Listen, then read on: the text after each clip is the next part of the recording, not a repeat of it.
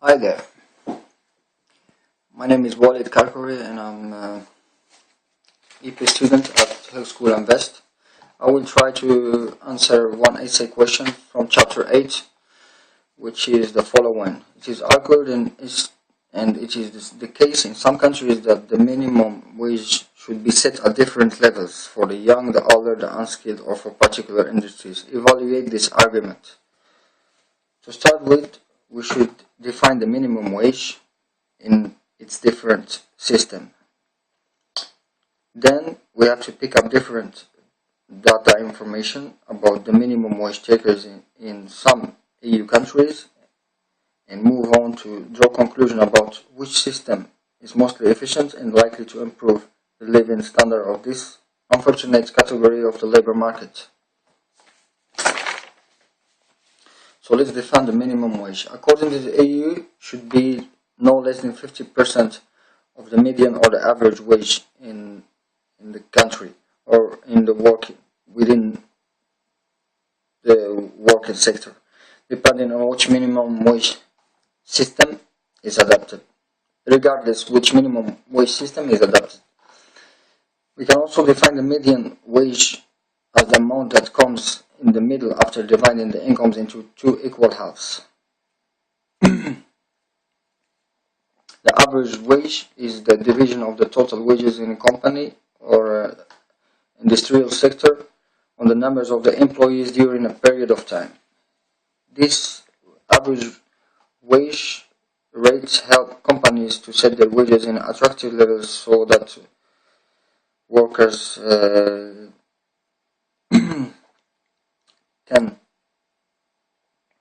can see a good opportunity within these companies to be hired. There is two minimum wage systems in Europe. The one called clean cut, where the government go directly and negotiate the minimum wage on the national level or the sectoral level. For example, we have the United Kingdom and France. And there is a complex system adopted mostly in Germany and the Nordic countries, known as the flexible system, where the minimum wage are set by the collective bargain between workers' union and the trade unions. So, I have two countries with clean cut system, which is the UK and Hungary, and other two with complex system, which is Germany and Belgium. In order to evaluate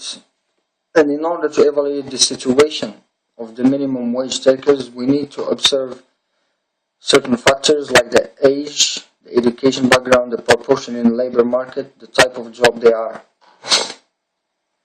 conducting, and the nature of working contract, temporary or part-time, as well as figures like the total working hours, the percentage of median wages and average wages, in contrast with the minimum wage,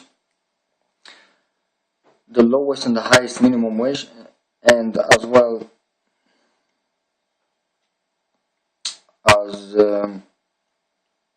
other factors that will come later.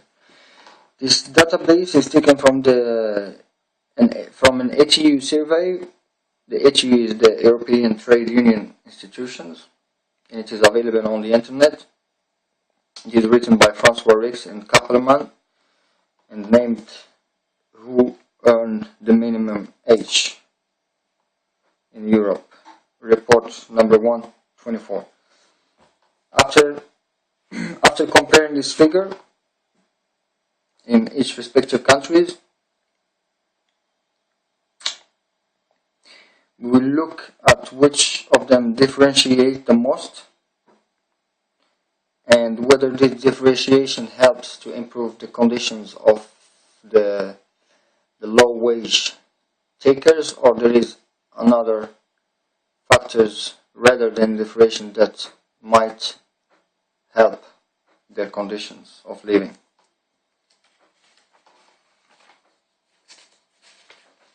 So, according to this figure, in the UK, the total working hours in a week is 38 hours. In Hungary is 48 hours. In Germany is between 35 and 42, while in Belgium is 38 hours.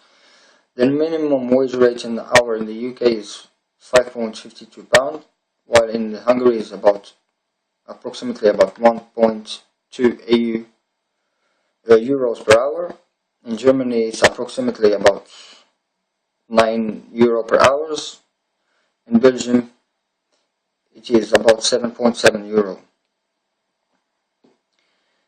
And about the differentiation, we have in the UK reduced rate for youngers and trainees. There is no differentiation at all in Hungary, and there is low rate for younger and trainees in Germany, as well as there is a reduced rate for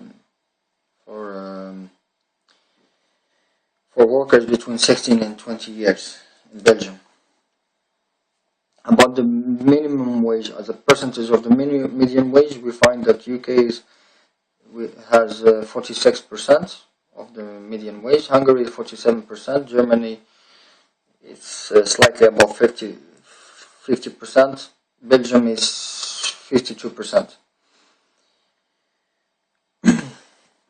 The minimum wage, according to the average, the minimum wage percentage according to the average wages in the UK 38%, Hungary 35%, while in Belgium is 45%. In Germany we have no data. And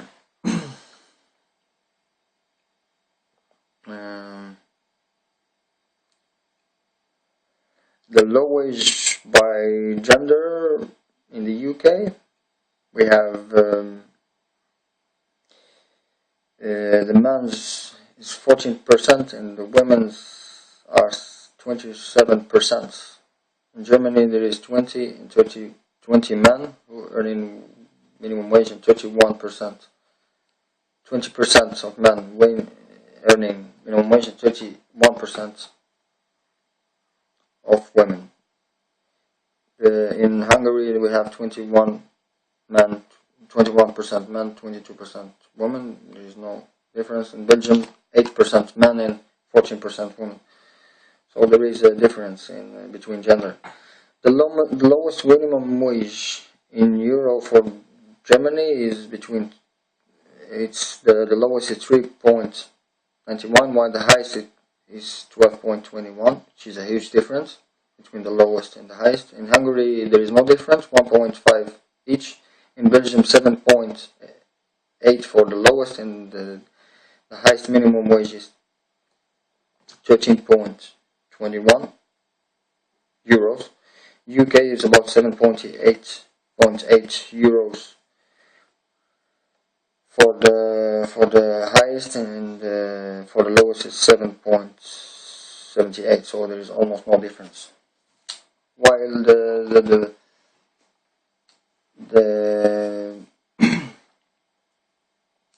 proportion of the part-time working in Hungary is 8.7, which earns less or equal to the minimum wage. In the UK is 54.5%, which earn equal to or less to minimum wage. In Belgium 33.8%, in Germany 39.5%, which is a high percent in Germany. So there is a lot of part-time working in Germany and the UK. And the percentage of those above the minimum wage in Hungary is 3.9, which is very moderate. In the UK 25.1, which is good. The Belgium is 26.4, which is also good. In Germany it's about 19.3, which is not good.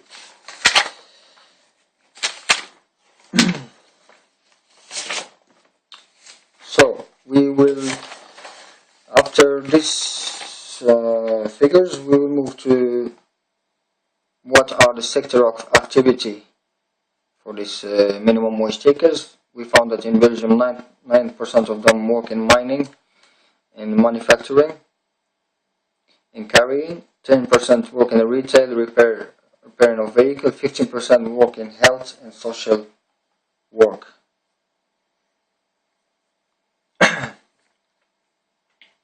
We can draw conclusion that the individual job characteristic of minimum individual job characteristics of minimum wage earners are usually lower average age, more female, and lower level of education. Furthermore, we have some effects of the temporary contracts. The more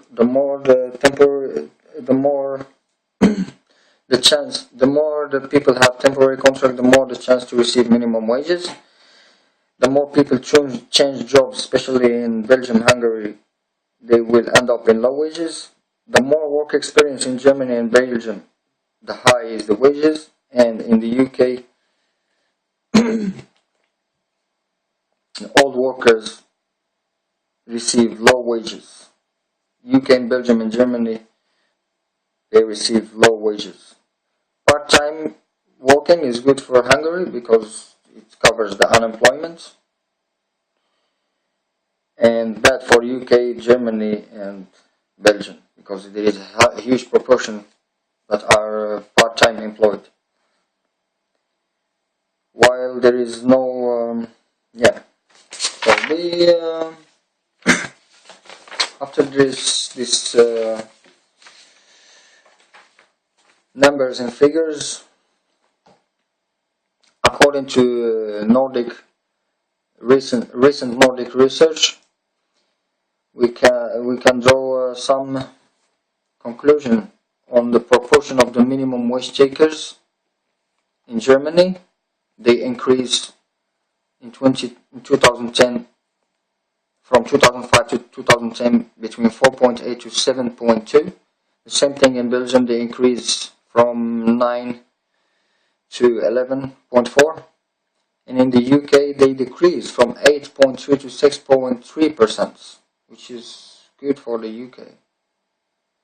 In the EU, there is an increase with a small amount from 8.2 in 2005 to 8.5 in 2010. So, after this, we can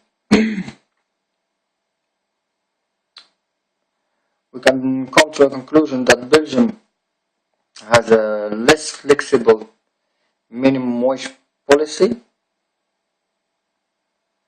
and although it has a slightly high minimum wage rate, and because there is two types of minimum wage setting, there is the infrastructural and there is the national one.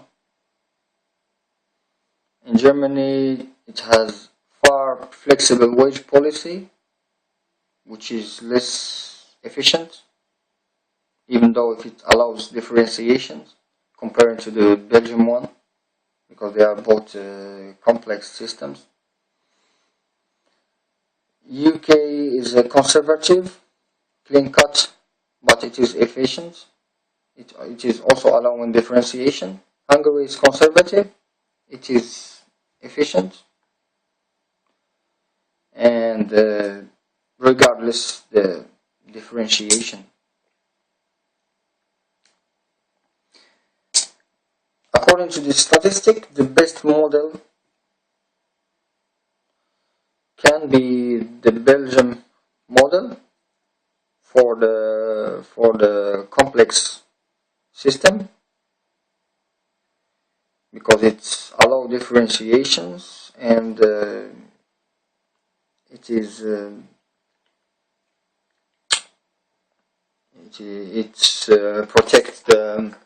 protects the minimum wage takers,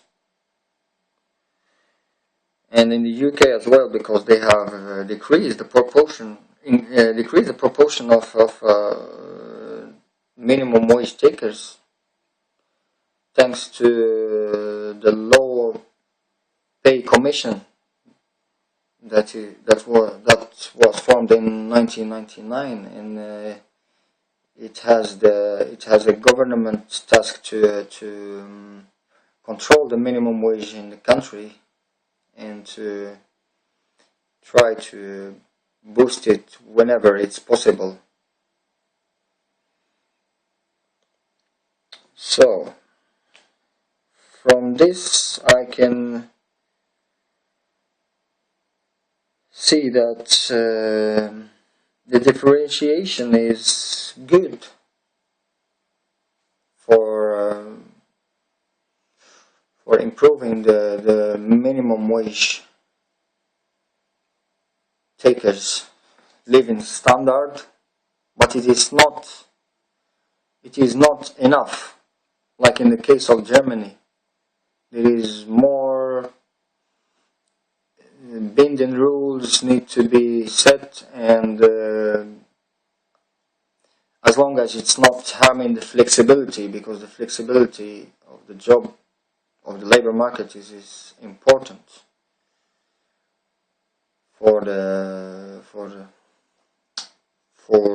economy. Otherwise, with the globalization, we have free, as well as with the EU integration, there is a free movement of labor and capital. So as long as the companies stay at home and employ workers, so it's good for the country.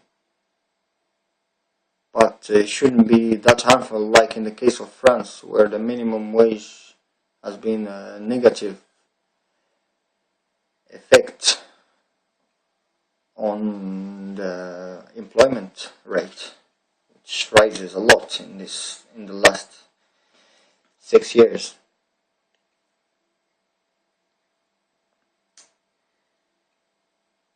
So I hope with this analysis I have covered the question, although there is a lack of database on the differentiation itself, because every nation has its own differentiation systems, and there is nowadays a big need for a European policy, minimum wage policy. And I think Germany, which has a strong political impact on the EU, can drive this question furthermore, because the